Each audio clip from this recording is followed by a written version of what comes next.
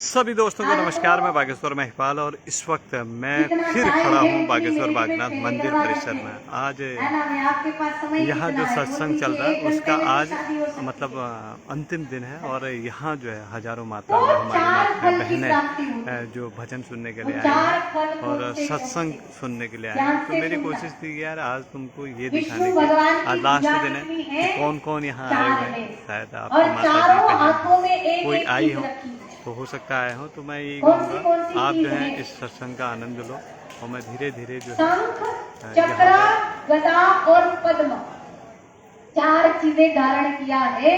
ये किस लिए? ये ज्ञान के प्रतीक है। अब मैं चारों फल का वर्णन कर रही हूँ। भगवान के एक हाथ में है चक्र। अब आपको पता होगा चक्र घूमता है तो उसमें से प्रकाश निकलता है। जो चक्र है वो प्रकाश का प्रतीक है कि हमारे इस हृदय मंदिर में भगवान का प्रकाश है। और ये मैं नहीं कहती, श्रीमद् भागवत गीता में भगवान कृष्ण कहते हैं ज्योतिर्श्याम पितर ज्योति तमसा मापर मुचते ज्ञान ज्ञेयम ज्ञान गम्यम हृदय सर्वस्वम स्मृति। हे अर्जुन, मैं सबके हृदय में ज्योति के ज्योति रूप में रहता हूँ। भगवान हमारे अंदर है।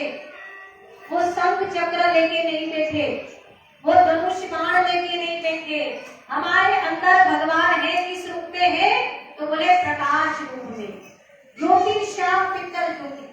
भगवान कृष्ण कहते हैं मैं सबके हृदय मंदिर में प्रकाश रूप में रहता हूँ। यही बात भगवान रामचंद्र जी रामायण में लिखते हैं, परम प्रकाश रूप दिन राति नहीं चाहिए कछु दिया धृत बाती सहज प्रकाश रूप भगवाना नहीं कहा पूरी विज्ञान दिखाना। भगवान रामचंद्र जी कहते हैं कि मेरा प्रकाश सबके हृदय में है। वहाँ घी दिया बत्ती की जरूरत नहीं है। यहाँ देखो दिया आप जलाते हो तो उसमें तेल डालते हो और वो दिया बुझ ना जाए इसीलिए ध्यान रखते हो, है ना, कि कहीं तेल खत्म तो नहीं हो गया। यहाँ भगवान राम कहते हैं नहीं चाहिए कछु दिया धृत बाती, मेरा ऐसा परम प्रकाश है हृदय में, वहाँ घी दिया बत्ती की जरूरत नहीं है, स्वयं प्रकाश है। यही बात संत कबीरदास जी कहते हैं। क्या कहते हैं? हम वासी वार देश के क्या आदि रंग का खेल, दीपक देखा देव का बिन बाती बिनते। मैं उस देश का वासी हूँ जहाँ न आदि है न अंत है और वहाँ मैंने ऐसे प्रकाश को देखा बिन बाती बिन तेल, बिना बाती का बिना प्रकाश का मैंने दीपक देखा। सजनों, ऐसा प्रकाश हमारे अंदर है और ये बात झूठी नहीं। आप अपने आप को टच करिए, आप अपने हाथ को पकड़िए, आपको गर्म लगेगा। कितनी भी ठंडी हो आपका शरीर गर्म होता है। ये इसकी निशानी है कि हमारे अंदर भगवान का अखंड प्रकाश है और उसको देखना है आपको, तो आपको तीसरा नेत्र सदगुरु के पास जाके खुलवाना पड़ेगा। हम उसी प्रकाश का रोज ध्यान करते हैं, मेडिटेशन करते हैं। सूर्य से भी अधिक प्रकाश है। अर्जुन ने जब भगवान के प्रकाश को देखा तब वही अर्जुन कहता है दिवी सूर्य सहस्त्र, हे प्रभु मैं अपने अंदर ऐसा प्रकाश देख रहा हूँ, हजारों सूर्य एक साथ में प्रकाशित हो जाए फिर भी आपके प्रकाश की बराबरी नहीं कर सकता। ऐसा प्रकाश अर्जुन ने अपने भीतर देखा, भगवान कृष्ण ने दिखाया। ऐसा प्रकाश नरसिंह मेहता ने अपने अंदर देखा और पिता महाराज ने दिखाया। ऐसा प्रकाश ज्ञानेश्वर महाराज ने दिखाया और नामदेव जी ने अपने भीतर देखा। आपको भी उस प्रकाश को देखना है तो सच्चे सद्गुरु की शरण में जाना पड़ेगा। वो आपको इसी प्रकाश की अनुभूति आपके अंदर कराएंगे। वो तीसरा नेत्र खोलेंगे, उसी प्रकाश का आप ज्ञान कर पाओगे। तो इसीलिए हमारे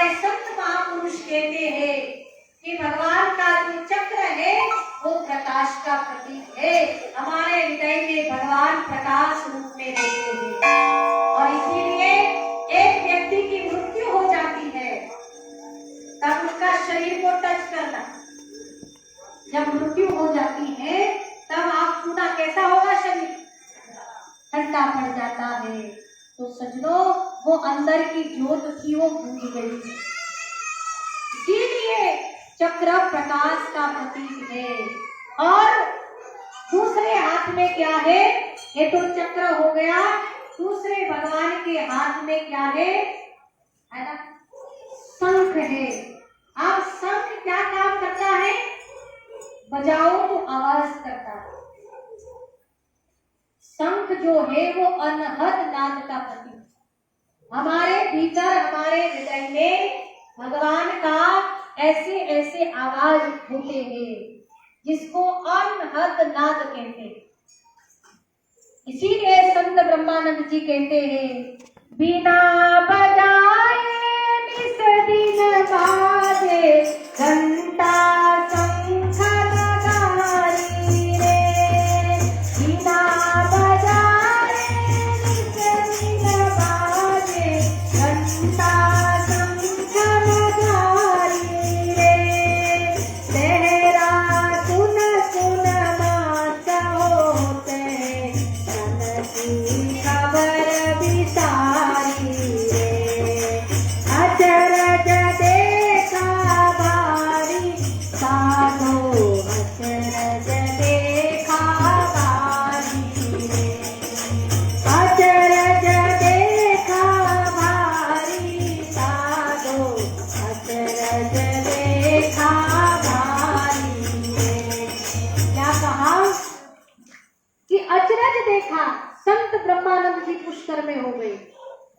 संत ब्रह्मानंद जी कहते हैं, मैंने ऐसे आश्चर्य को देखा कि बिना बजाए निस दिन बाजे। ये तो बजाते हो तब बजता है, देखो बजाने वाले बैठे हैं, लेकिन हमारे अंदर ये ढोल नगारे मंजीरे खंजीरे शंख हमारे अंदर बज रहा है, इसको बजाना नहीं पड़ता। बिना बजाए निस दिन दिन रात बजता रहता है, घंटा शंख नगारी रे। और उसको कौन सुन सकता है, बोले बहरा सुन सुन के मस्त हो चुके। उस घंट शंख नगारे को बहरा भी सुन सकता है, अब ये जो बजता है उसको बहरा सुन सकता है नहीं।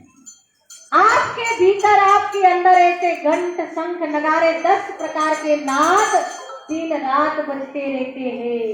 अगर उसको सुनना है तो सतगुरु के पास जाकर ज्ञान को जानना पड़ेगा।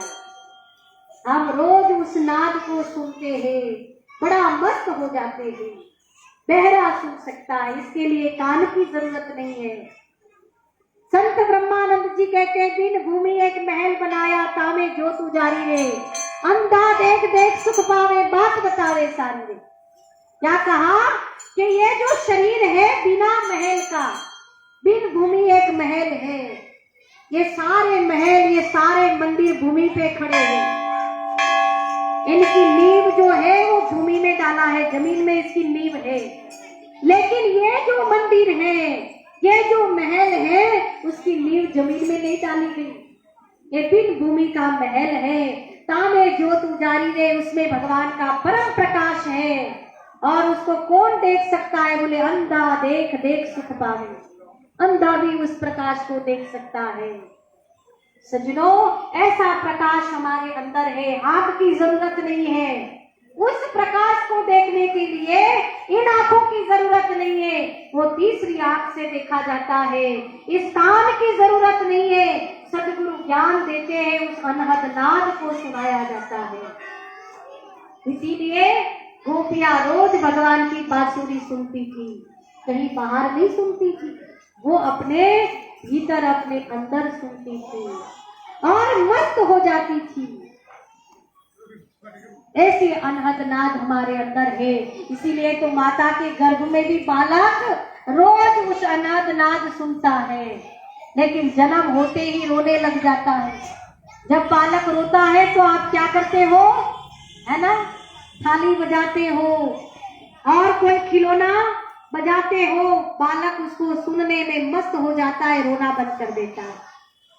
उसको याद आ जाता है कि ऐसा नाद मैं माता के गर्भ में सुन रहा था। कभी भगवान ने इसका वर्णन किया है। शिव पुराण में भी उमा संहिता में इस ज्ञान का वर्णन किया है। अनंत नाद की बातें की है शिव पुराण में, आप उमा संहिता पढ़ लेना, जिसमें साफ सुथरी भाषा में भगवान भोलेनाथ जी ने माता पार्वती जी को ज्ञान दिया है। इसी अनहद नाद सुनाया था, इसी प्रकाश का ज्ञान कराया था। और अब भगवान के तीसरे हाथ में क्या है? पद्म। पद्म का मतलब होता है कमल। कमल को निचोड़ोगे तो उसमें रस निकलता है। क्या निकलता है? रस निकलता है। मैंने कल ही सुनाया था, ये जो शिवलिंग है वो किसका प्रतीक है? अमृत का प्रतीक है। ये गगन मंडल है, इसमें भी अमृत बूंद बूंद टपकता है। जैसे भगवान शिवलिंग के ऊपर गलती रखी है, बूंद बूंद पानी टपकाते हो, ऐसे ही हमारे अंदर ऐसे ही बूंद बूंद अमृत टपक रहा है। शिव का शिवलिंग, लिंग का मतलब होता है शिव जिसमें लिंग रहते हैं। शिव किसमें लिंग रहते हैं? लोग, एक भैया को मैंने पूछा कि शिव जी किसमें लीन रहते? बोले भांग धतूरे में मस्त रहते। मैंने कहा ऐसा मैंने तो कहीं नहीं पढ़ा कि भांग धतूरे में मस्त रहते। आप भी पियो, कितने दिन तक नशा रहता है, कितने घंटे तक रहता है ना? 5 घंटे तक नशा रहेगा, फिर उतर जाएगा।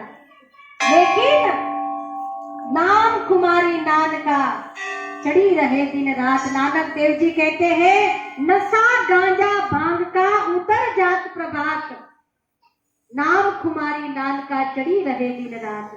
भगवान के नाम का जो नशा है वो दिन रात चढ़ा रहता है, वो कभी उतरने वाला नशा नहीं।